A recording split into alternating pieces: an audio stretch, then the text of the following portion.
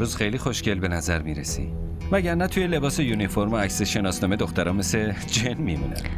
واقعا؟ ترسیم باید بهت بگم من شناسنامه ندارم. شناسنامه نداری یا خودت نخواستی؟ راستش برای این دارم میگم که چون برای عقد باید شناسنامه داشته باشی. به نظرت خیلی زود این حرفا پیش نکشیدی؟ کسی که دیر کنه اون وقت بهش مشکوک میشن. بی خیال سفارش بده، اینجا غذای خوبی داره. ببخشین. من گرسنم نیست. در ضمن این چیزا با یه تلفن میاد خونم.